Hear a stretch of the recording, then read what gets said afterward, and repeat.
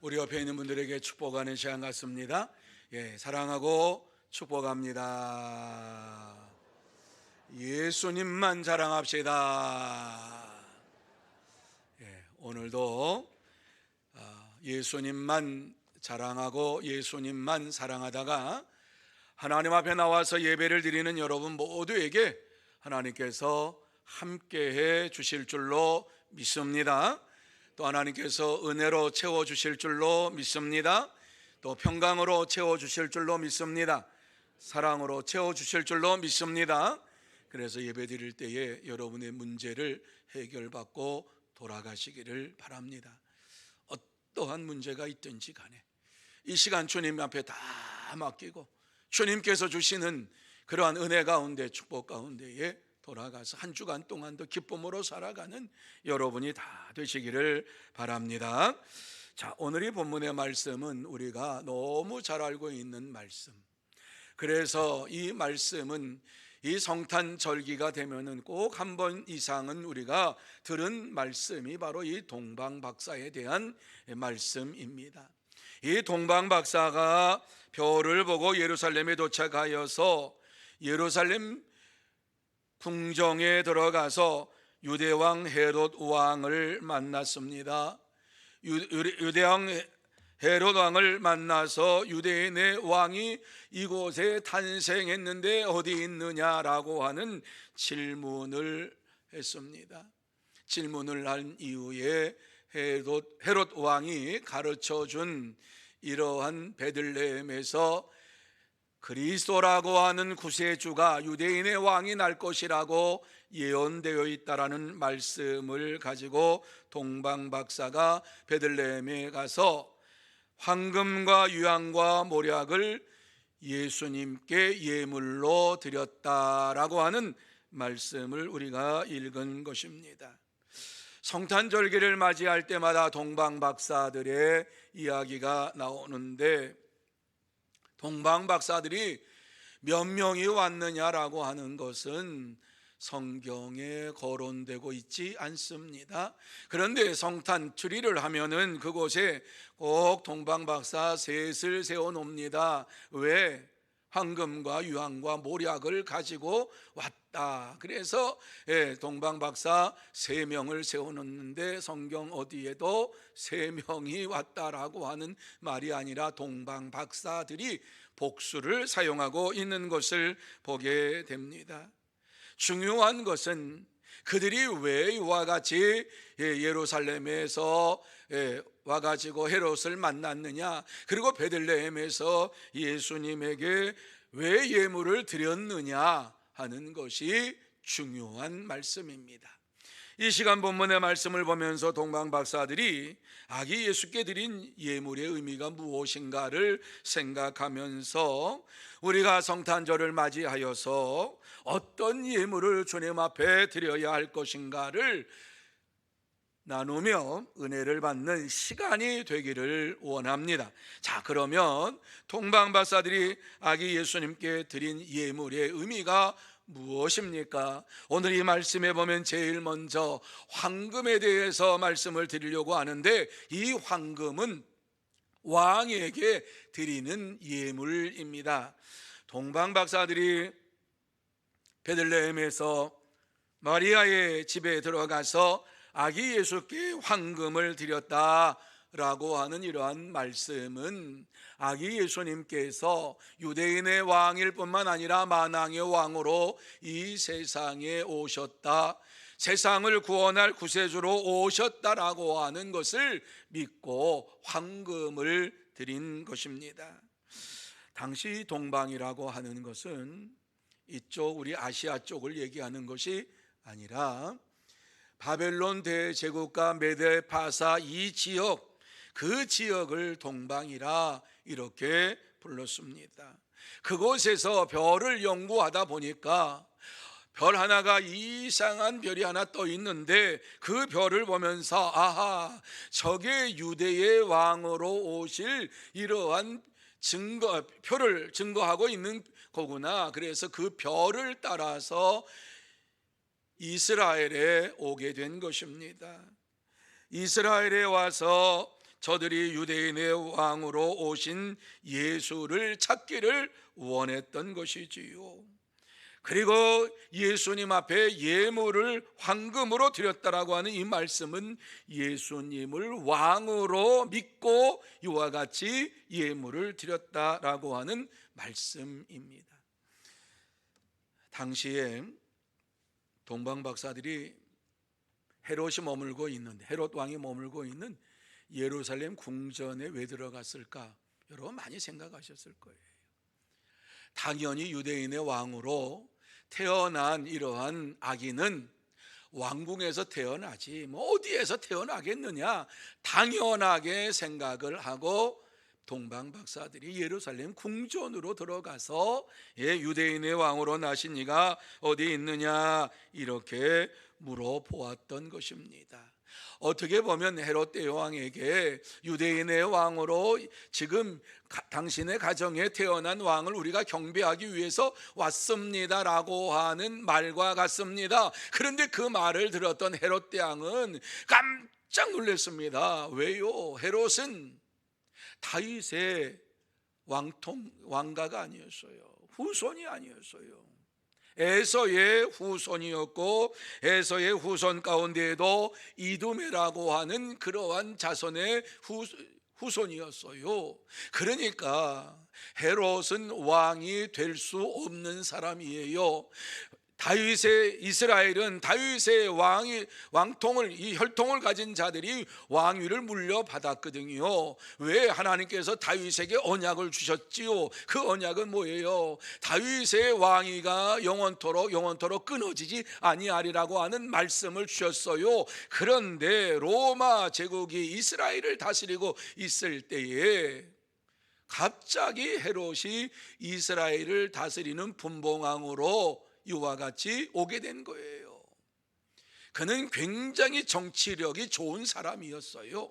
그래서 로마 제국에 있는 많은 원로들을 알고 있었어요. 그래서 이스라엘이 로마 제국의 이러한 속국이 되었을 때에 이 지역을 다스릴 왕이 필요하다. 왜? 다윗 왕가는 끊어져 버렸기 때문에 더 이상 다윗 왕가는 없다라고 생각을 해서 로마 제국에 가가지고 정치하는 원로들을 만나서 원로원에게 많은 이러한 원로들을 만나가지고 나를 이스라엘의 분봉왕으로 좀 해달라. 그래서 주전 40년에 원로들이 저들을 뽑아가지고 이스라엘의 분봉왕으로 보낸 것이에요.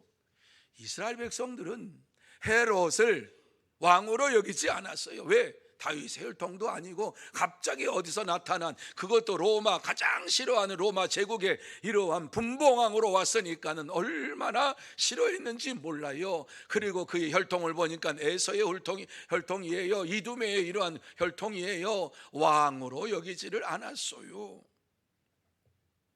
이때에 동방 박사들이 그 왕궁에 와서 유대인의 왕으로 나신 이가 어디 있느냐라고 말을 했을 때에 얼마나 놀라겠어요. 유대의 왕으로 다윗의 혈통을 통해서 오는 왕이 태어났다고 놀랐어요. 생각지도 않았던 일이 벌어졌어요. 그러니까는 율법학자들에게 빨리 불러가지고 그들에게 얘기했어요. 유대인의 왕으로 나신 이가 어디에서 태어날 것인가, 어떻게 예언되어 있는가, 계시되어 있는가를 빨리 찾아내라, 이렇게 얘기를 했어요. 여러분, 이 소식을 들은 헤롯 왕도 당황했지만 성경에 보면은 마태복음 2장 3절에 헤롯 왕과 온 예루살렘이 듣고 소동한지라 그랬어요. 헤롯은 자기의 왕권이 빼앗길까 봐 그냥 마음에 굉장히 두려움이 있었고, 이스라엘 백성들은 이러한 소식을 들을 때에, 신하들과 모든 사람이 들을 때에 유다의 왕으로 아기가 태어났다고 이러한 생각을 할 때에 저들이 얼마나 기다렸던 메시아인데, 기다렸던 왕인데 얼마나 좋았겠어요. 어디에서 태어날 것인가를 율법학자들이 찾아왔어요. 미가서 5장 2절에 보니까는 다윗의 고향 베들레헴에서 그리스도 이 유대의 왕으로 나신 이가 날 것을 이 말씀 예언했습니다. 그래서 헤롯이 동방 박사들에게 얘기해주고 베들레헴에 가서 유대인의 왕으로 나신 이가 있으면 빨리 찾아보고 내게 와서 나에게 알려달라. 그러면 나도 가서 그에게 경배하리라. 이렇게 말씀을 했지요. 새빨간 거짓말이었어요.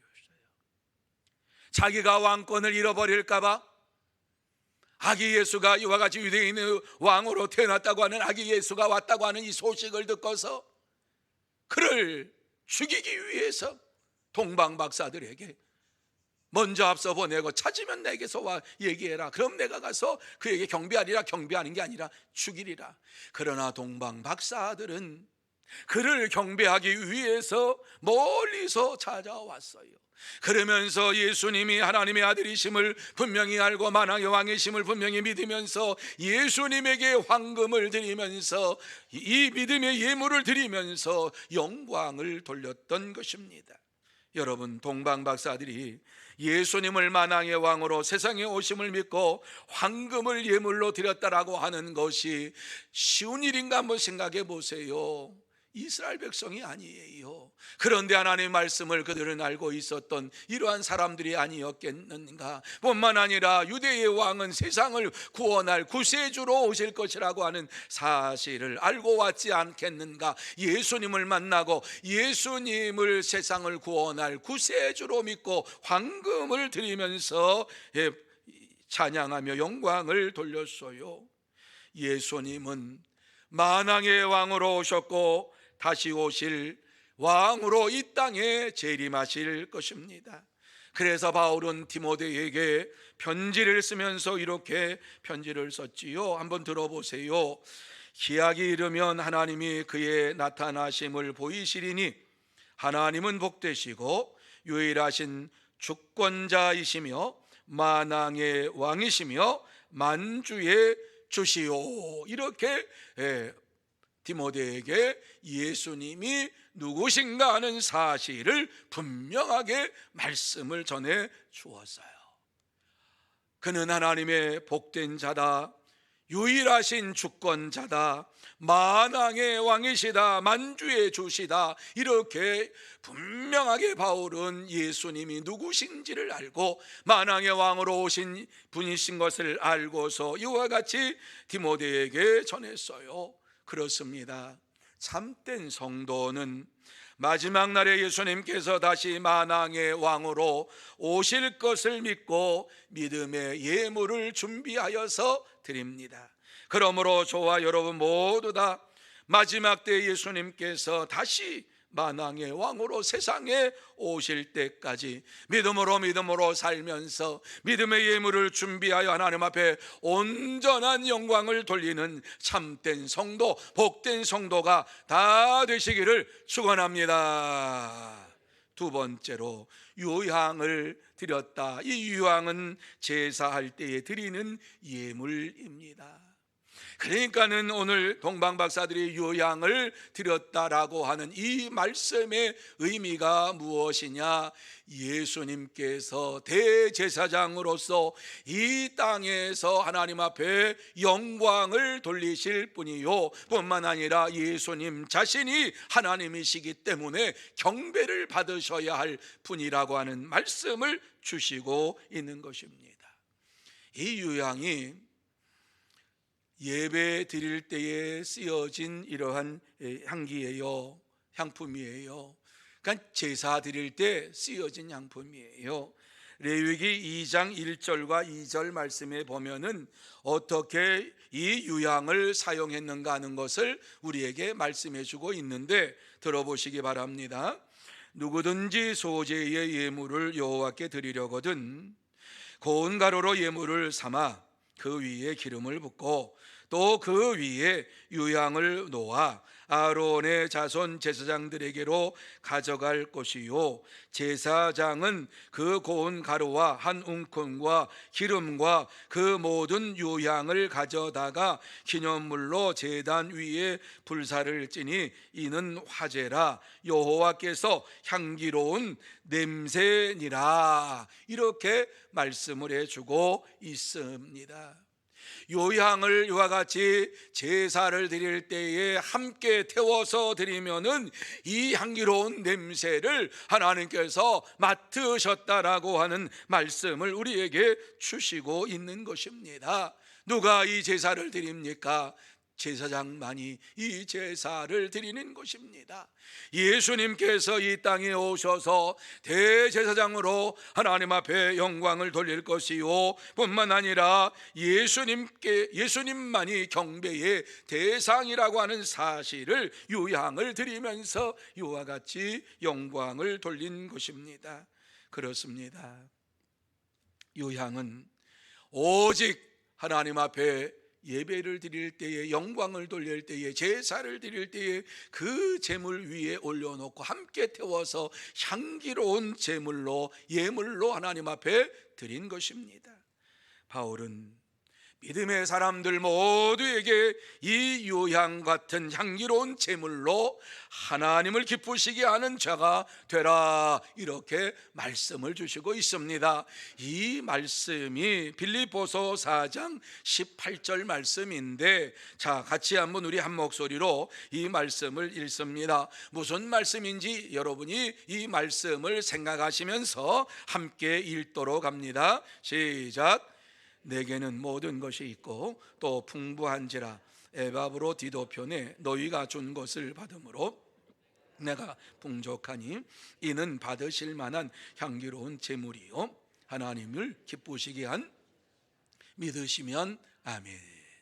자, 이 말씀이 무슨 내용인가 하는 것을 여러분이 잘 이해를 하셔야 됩니다. 바울 사도에게 빌립보 교회가 선교 후원금을 보냈다는 얘기입니다. 누구를 통해서? 에바브로디도를 통해서 선교 후원금을 보냈을 때에 바울 사도가 그 선교 후원금을 받고, 내가 모든 것이 풍족하지만 너희가 이것을 나에게 준 것으로 인하여 내가 풍족하다 그러면서 너희들이 드린 이 예물, 너희들이 드린 이 선교 헌금이 무엇이냐? 하나님이 받으실 만한 향기로운 제물이라, 이렇게 정의를 내리고 이것은 하나님을 기쁘시게 하는 것이다, 이렇게 말씀을 주고 있는 것입니다. 다시 말씀드려서 빌립보 교회 성도들이 바울 사도에게 선교 헌금을 보냈는데, 바울 사도를 돕는 그것이 아니라 하나님께서 그것을 보시고 어떻게 여기셨느냐? 향기로운 제물로 받으셨다, 향기로운 예물로 받으셨다, 하나님이 기뻐하시는 제물로, 예물로 받으셨다, 이렇게 말씀을 하고 있는 것입니다. 그렇습니다. 향기로운 제물을 신약 성경에서는 이와 같이 헌금으로 비교하여서, 유향으로 비교하여서 말씀을 주시고 있는 것입니다. 저와 여러분이 드리는 이러한 헌금은 하나님을 기쁘시게 하는 향기로운 유향입니다. 그래서 동방박사들은 유향을 예수님께 드림으로써 하나님을 기쁘시게 하는 믿음의 삶을 살았습니다. 그리고 그들은 예수님이 대제사장으로 이 세상에 오신 것을 믿고 그 앞에 유향을 드리면서 영광을 돌렸습니다. 하나님은 구약의 성도들이 드리는 유향을 향기로운 제물로 흠양하셨습니다. 그리고 신약의 성도들이 드리는 헌금을 향기로운 예물로 받으셨습니다. 그리고 오늘날도 성도들이 드리는 헌물과 헌금을 하나님께서는 향기로운 예물로 받으십니다. 그러면서 이 예물을 드리는 모든 자들에게 기쁨으로 채워주시면서 내가 기뻐하는 것이라고 분명하게 말씀을 주시고 있습니다. 우리가 드리는 이러한 예물 헌금은 교회를 위해서 사용한다 이렇게 생각을 하는데, 하나님이 받으시고 하나님께서 귀한 예물로 귀한 하나님의 역사를 이루기 위해서 사용하는 것이요, 하나님을 기쁘시게 하는 예물인 것을, 향기로운 예물인 것을 믿고 하나님 앞에 드리는 저와 여러분이 되어야 할 줄로 믿습니다. 여러분, 하나님이 우리에게 요구하시는 것은 하나님을 기쁘시게 하는 향기로운 예물입니다. 향기로운 예물 중에서 가장 최고의 예물이 무엇입니까? 우리 자신입니다. 그래서 로마서 12장 1절에 보면 너희 몸을 하나님이 기뻐하시는 거룩한 산 제물로 드리라 이렇게 말씀했어요. 생각해 보세요. 우리의 몸을 하나님 앞에 산제사로 드리는 자는 자신의 재능을 하나님 앞에 아낌없이 드리고, 자신의 시간을 하나님 앞에 아낌없이 드리고, 자신의 모든 것 주를 위하여 드리면서 주의 복음이 증거되기를 원합니다라고 하는 믿음으로 이와 같이 드릴 수가 있습니다. 자기 몸을 드리지 아니하는 자는 절대로 이와 같이 하나님 앞에 예물을 드리고 자신의 재능을 드리고 시간을 드리고 자신의 모든 것을 드릴 수가 없습니다. 왜요? 물질이 아까웠지 않은 사람이 어디 있습니까? 그런데 가장 아까운 것을 하나님 앞에 드린다라고 하는 것은 참된 성도로서 향기로운 예물을 하나님 앞에 드립니다라고 하는 믿음으로 예물을 드리는 것입니다. 하나님께서는 그것을 보고 기뻐하십니다. 그러므로 저와 여러분 모두 다 우리의 몸을 향기로운 예물로 하나님 앞에 드리면서 믿음으로 생활하면서 날마다 향기로운 이러한 냄새를, 향기로운 그리스도의 향기를 모든 사람에게 바라는 참된 성도, 복된 성도가 다 되시기를 축원합니다. 세 번째로, 모략은 고난을 예비한 예물입니다. 동방박사들이 모략을 이와 같이 예수님께 드렸다라고 하는 이 말씀은 예수님께서 고난을 당하시고 죽음을 당하실 것이라고 하는 사실을 믿고 이와 같이 믿음으로 예물을 드린 것입니다. 예수님께서 만왕의 왕으로 오셨습니다. 예수님께서 이 세상을 구원할 구세주로 오셨습니다. 그리고 대제사장으로 오셨습니다. 하지만 동방박사들은 예수님께서 이 세상에서 고난을 당하시고 십자가에 죽으실 것을 이와 같이 알고 믿음으로 모략을 드리면서 하나님 앞에 영광을 돌렸던 것입니다. 여러분, 어느 나라나 장례식을 중요하게 생각합니다. 그래서 장례식을 맞이하면은 모든 사람들이 그냥 가지 않지요. 검은 정장을 입고 가기도 하고 이와 같이 옷을 다시 한번 점검을 하고 그리고 갑니다. 왜? 장례 예식에 가서 예의를 갖추기 위해서. 그런데 근동 지역에서 이루어진 이러한 장례 용품 가운데 빠져서는 안 되는 것이 있는데 그것이 모략입니다. 모략을 발라서 시신이 부패되는 것을 막기도 하고 서서히 부패하게 만드는 이러한 일을 하는 것이 이 모략입니다. 그래서 모략이 언제 성경에 기록되어 있는가 하는 것을 찾아보았더니 창세기에 모략이 나왔어요. 이미 그 시대에도 이게 굉장히 사용됐구나. 언제 이 말씀이 나오냐 하면은요, 야곱의 아들 요셉이 이제 형들이 양을 치는 곳에 이제 형들이 안부를 묻기 위해서 이제 음식을 가지고 갔잖아요. 그리고 이제 그곳에 가서 보니까 형들을 맞이해서 얼마나 좋았는지 몰라요. 그런데 형들의 마음속에는 꿈꾸는 자가 온다. 저놈의 꿈이 어떻게 이루어질지 보자. 그래서 우물 속에 집어넣어 버렸잖아요, 죽이려고. 그때에 이스마엘 상인들이 그 지역을 지나가는데 낙타에 향품과 유향과 모략을 싣고 애굽으로 내려가는 가운데에 이 상인들을 만나 가지고 그들에게 요셉을 팔아버렸잖아요. 그들이 모략을 이와 같이 애굽에 가지고 간 것이 왜 그랬습니까? 애굽은 미라가 많이 발달되어 있는 이러한 나라지요, 의술이 발달되어 있는 나라지요. 그래서 사람이 죽으면은 미라로 만들어 가지고 이와 같이 오랫동안 보관을 하지 않습니까? 여기에 빠져서는 안 되는 것이 바로 이 모략입니다. 그래서 이 모략을 가지고서 이제 그 시신이 부패되는 것을 서서히 할 수 있도록 이와 같이 그 모략을 사용을 했지요. 많은 모략이 그곳에 들어갔어요. 당시에 예수님 당시에도 모략은 장례식의 방부제로 사용이 되었어요. 예수님께 이와 같이 예수님께 돌아가실 때에도 예수님에게 이 모략을 발랐다라고 하는 말씀을 주시고 있지요. 그러니까 동방 박사들이 이와 같이 예수님에게 모략을 예물로 드렸던 것은 예수님이 고난을 당하고 죽임을 당할 것이라고 하는 것을 믿고서 믿음으로 예물을 드린 것입니다. 구약 성경에 보면 이미 예수님의 고난에 대해서 잘 말씀해 주고 있어요. 이사야서에 보면 여러 곳에 나옵니다만은 직접적으로 메시아 그리스도께서 이 세상에 오셔서 고난을 당할 것이라고 말씀해 주셨는데 3절 53장 3절과 4절 말씀에 이렇게 말씀하고 있지요. 한번 들어보세요.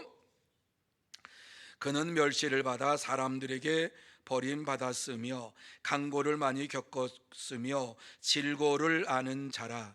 마치 사람들이 그에게서 얼굴을 가리는 것 같이 멸시를 당하였고 우리도 그를 귀히 여기지 아니하였도다. 그는 실로 우리의 질고를 지고 우리의 슬픔을 당하였거늘 우리는 생각하기를 그는 징벌을 받아 하나님께 맞으며 고난을 당한다 하였노라. 이렇게 말씀을 해주고 있습니다. 메시아가 오면, 그리스도가 이 땅에 오면 어떠한 고난을 당할 것인가를 잘 말씀해 주셨어요. 많은 사람들에게 멸시, 천대를 받을 것이고 많은 이러한 고통과 질고를 받을 것이다. 그런데 이러한 고난은 우리를 위해서 하신 것이라고 하는 사실을 분명히 알아야 되는데 그것을 알지 못한다라고 말씀하고 있지요. 우리의 질고를 지고 우리의 슬픔을 당하였거늘 우리는 생각하기를 그는 징벌을 받아 하나님께 맞으며 고난을 당한다. 예수님께서 고난당하시고 죽으신 것이 나 때문이라고 하는 사실을 생각하지 못하고 예수님이 고난당한 것이 이와 같이 그가 죄를 지어서 잘못해서 고난을 당했다라고 이렇게 많은 사람들에게 고난을 받을 것이고 천대를 받을 것이다라고 하는 말씀을 주시고 있습니다. 그렇게 주님께서는 이 세상에 오셔서 우리를 대신하셔 고난당하시고 죽으셨지요. 놀라운 것은 시편 22편 1절에 보면은 예수님께서 십자가상에서 어떻게 기도하실 것인가 하는 사실을 우리에게 예언의 말씀으로 주셨어요. 들어보시기를 바랍니다. 내 하나님이여 내 하나님이여 어찌 나를 버리셨나이까? 어찌 나를 멀리하여 돕지 아니하시오며 내 신음소리를 듣지 아니하시나이까? 시편 22편 1절 말씀이에요. 이 말씀은 메시아가 이 땅에 와서 십자가상에서도 고난을 당하실 것을 말씀하시고 십자가상에서 어떻게 하나님 앞에 기도하실 것인가를 말씀해 주셨어요. 이 말씀대로 마태복음 27장 46절 말씀에 보면 나의 하나님 어찌하여 나를 버리셨나이까? 주님께서 그렇게 십자가상에서 외치셨어요. 예수님의 이 외침은 예언된 말씀의 성취입니다. 고난을 당하고 죽임을 당하는 예수님께서 성경대로 말씀대로 고난을 당하였다, 이렇게 말씀을 하고 있지요. 죽임을 당하신 이후에 예수님에게 이제 니고데모가 와가지고 예수님의 몸에 모략과 침향을 섞인 이러한 기름을 발랐는데 100리트라라고 하는 이러한 기름을 예수님의 시신에 발랐다 그래요. 여기 100리트라고 하는 것은 지금 우리 그램으로 얘기하면은 33kg 나가는 거예요. 쉽게 말씀을 좀 드리면 엄청난 양을 이와 같이 예수님의 시신에 이와 같이 부었다라고 하는 말씀이지요. 이것은요, 왕족들에게 이와 같이 하는 것이에요. 일반 사람들이 이렇게 할 수가 없어요. 왕족들, 귀족들에게 사용되는 양만큼 많은 양을 사용했다. 무슨 말씀입니까? 예수님께서 이 세상에 왕으로 오셨고 왕으로 죽으심으로 인하여서, 고난당하시고 죽으심으로 인하여서 이와 같이 모략으로 왕의 대우를 받으셨다라고 하는 말씀이에요. 그렇습니다. 동방박사들은 예수님께서 고난을 겪으시고 죽임당하실 것을 알고 믿음의 예물을 드렸습니다. 여러분, 동방박사들이 예수님께 드린 이 모략, 예수님의 고난을 상징하는 것이요, 예수님의 장례를 상징하는 예물입니다. 이 예물은 성경의 예언을 성취하기 위해서 사용되었습니다. 그리고 시편 69편 21절에 보면 그들이 쓸개를 나의 음식물로 주며 목마를 때에는 초를 마시게 하였사오니, 이렇게 예언된 말씀이 있는데, 이 예언의 말씀을 따라서 예수님께서 십자가에서 고난을 당할 때에 군병이 예수님에게 포도주를 드렸는데, 어떤 포도주냐? 마가복음 15장에 보면 모략을 탄 포도주를 예수님께 드렸다. 그런데 예수님께서 그것을 마시지 않으셨다, 이렇게 말씀을 하고 있습니다. 모략이라고 하는 것은 시신에 부어가지고 부패하는 것도 맞지만, 이와 같이 고난을 당하고 고초를 당하는 자가 그 고난, 고초를 갖다가 잠깐 이길 수 있는 이러한 마취제와 같은 이러한 효력이 있는 것이 바로 모략입니다. 그렇습니다. 참된 성도는 하나님의 말씀의 성취를 위해서 자기 몸을 산 제물로 드리면서 믿음으로 생활합니다. 그러므로 저와 여러분 모두 다 하나님의 말씀의 성취를 위하여서 우리의 몸을 산 제사로 드리며 믿음으로 생활하는 참된 성도, 복된 성도가 다 되시기를 축원합니다. 이제 말씀을 마무리합니다. 오늘 이 말씀을 통해서 하나님께서 우리에게 하시고 싶은 말씀이 무엇인가? 동방 박사들처럼 준비된 예물로 하나님 앞에 영광을 돌리라 라고 하는 말씀입니다. 우리는 성탄절을 맞이하면 성탄 감사 예배를 드리면서 헌금을 합니다. 그런데 그저 손에 잡히는 대로 예물을 드리는 것 받지 않으시겠다는 거예요. 동방박사들을 통해서 동방박사들이 황금과 유황과 모략을 준비한 것처럼 준비된 예물을 하나님께서 받으시기를 원하신다는 말씀입니다.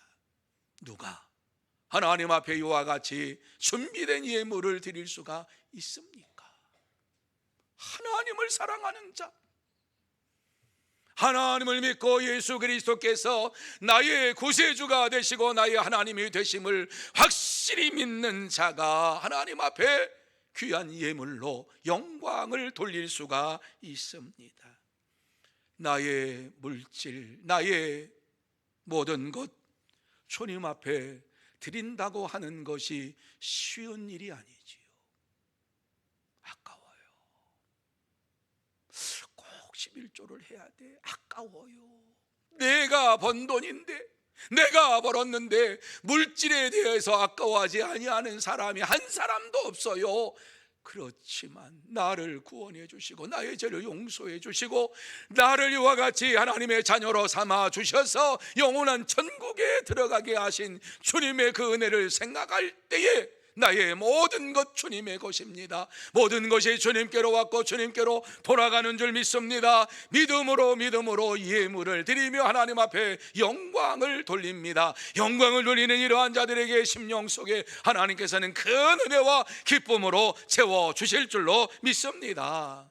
참된 성도는 하나님 앞에 준비된 예물로 영광을 돌립니다. 그저 주머니 속에 들어있는 그러한 것으로 예물을 드리는 자가 아니라 하나님 앞에 나올 때에 준비된 예물을 드리면서 하나님께서 나의 구주가 되시고 나의 하나님이 되시고 나의 대제사장이 되시고 나의 모든 것이 되시고 나를 영원한 하나님 나라에 인도하실 분인 것을 믿고 하나님 앞에 귀한 예물을 준비하여서 드리는 것입니다. 사랑하는 성도 여러분, 우리는 우리의 유향을 하나님 앞에 드려야만 합니다. 그럴 때에 하나님께서는 기쁘시게 우리의 마음속에 그리스도의 향기로 채워 주실 줄로 믿습니다. 뿐만 아니라 나의 모략으로 이와 같이 드려야만 합니다.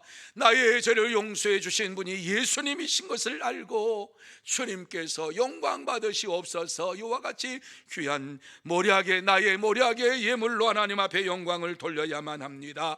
여러분, 황금은 우리의 삶입니다. 그 삶을 상징하는 것입니다. 나의 삶의 통치권을 얘기하고 있는 것이 황금입니다. 황금을 드린다고 하는 것은 나의 삶을 주님께 맡깁니다. 주님께서 나의 삶의 주권자가 되심을 믿습니다. 이와 같이 주님을 인정할 때에 황금을 이와 같이 드리게 되는 것입니다.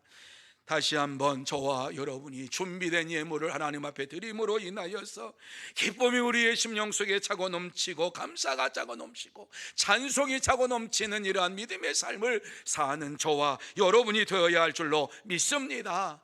그러므로 하나님 앞에 나와서 예배를 드리면서 나의 모략과 나의 유향과 나의 황금을 주님 앞에 준비된 이러한 모습으로 드리고 날마다 하나님이 주신 은혜 가운데 살아가고 모든 것이 하나님의 은혜입니다. 하나님께서 나의 삶과 나의 모든 것을 주장하여 주실 줄로 믿습니다. 이와 같이 우리 자신을 드리고 우리의 모든 것을 드리면서 하나님이 주시는 큰 기쁨의 삶을 살아가는 복된 성도 여러분들이 다 되시기를 예수님의 이름으로 축원합니다. 기도하시겠습니다. 거룩하신 하나님 아버지, 은혜와 사랑을 감사합니다.